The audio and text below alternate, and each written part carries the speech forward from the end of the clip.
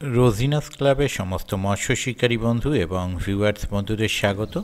আপনারা ব্যাকে যে পুকুরটি দেখতে পাচ্ছেন এটি হচ্ছে মাজিনান দেলুয়াড়া তেলে পুকুর। আমি কালকে বেরিয়েছিলাম এবং এখানে এই পুকুরেও গিয়েছিলাম। কম বেশি বেলা একটা হবে, 1:01 এরকম কিছু হবে। এখানে 7টে সিট ছিল। রেজাল্ট যে ভালো ছিল তা নয়, আর রেজাল্ট যে খুব খারাপ ছিল তা নয়।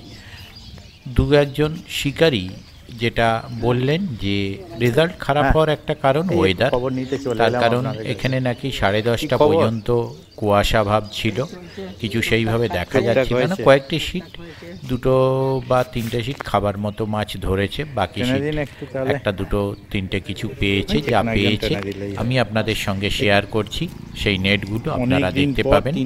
আর আগামী দিন কীরকম কী মাছ খাবে তা আমি বলতে পারবো না, তবে মাছ যেহেতু খায়নি, ওয়েদারের কারণবশত হোক বা যে কারণেই হোক না কেন, দেখতে পাচ্ছেন এনারা খুব একটা খারাপ মাছ পাননি, ভালোই মাছ পেয়েছেন। এরকম গোটা 3 সিট বেশ এরকম বাইর থেকে একটু বেশি মাছ পেয়েছেন।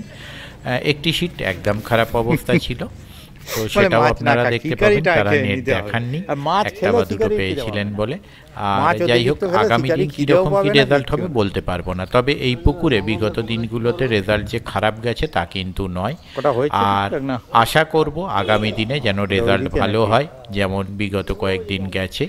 আগামী দিনে যদি মাছ খায় অবশ্যই ভালো লাগবে। শিকারী বন্ধু যারা যাবেন তারা অবশ্যই চিন্তা ভাবনা করে বুঝে শুনে নিজের দায়িত্বে যাবেন। তবে মাছ খায়নি বলে যে শিকারী বন্ধুদের মধ্যে মনক্ষুণ্ণতা খুব ছিল তা কিন্তু নয়।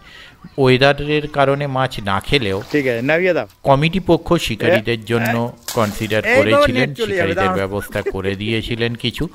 আর আমি চলে আসার পর কে কতটা কি মাছ পেয়েছে তা আমি বলতে পারবো না। দেখতে পাচ্ছেন এনাদের নেটে যে মাছটা রয়েছে, কাতলা মাছটা বেশ বড় সাইজের কাতলা মাছ। আর আমি চলে আসার পর কতটা মাছ হয়েছে সেটা যদি কেউ জানেন অবশ্যই কমেন্ট করে জানাবেন, আর যদি তার থেকে খারাপ হয়ে থাকে সেটাও অবশ্যই জানাবেন যদি কেউ নৌশিকারী বন্ধু থেকে থাকেন। পুকুরটি সাপ্তাহিকভাবে চলছে, রোজার আগে পর্যন্ত পুকুরটি চলবে, বৃহস্পতি রবি। সিট মূল্য 3000 টাকা। যারা যাবেন তারা খোঁজ খবর নিয়ে বুঝে শুনে নিজের দায়িত্বে যাবেন, আমার কথাই নয়। আগামী দিনে আমি যদি যেতে পারি তাহলে সেই তথ্য আমি আপনাদের সঙ্গে শেয়ার করব।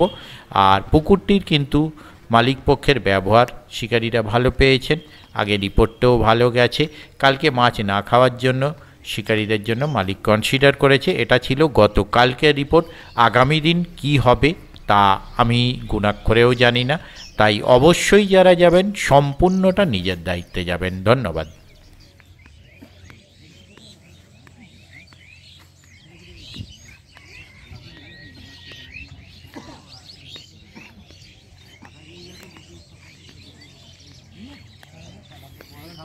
খবর দাদা? আচ্ছা,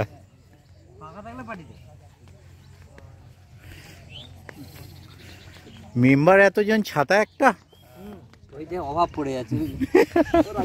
হ্যাঁ, কেউ ডাকেনি, এমনি এলাম। বেরিয়েছি যখন ঘুরতে ঘুরতে চলে এলাম, এই আর কি।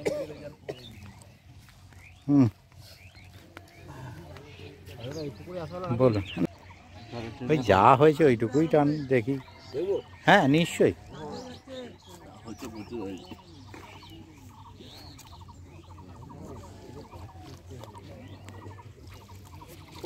ও বাবা, ঠিক আছে, নামিয়ে দিন।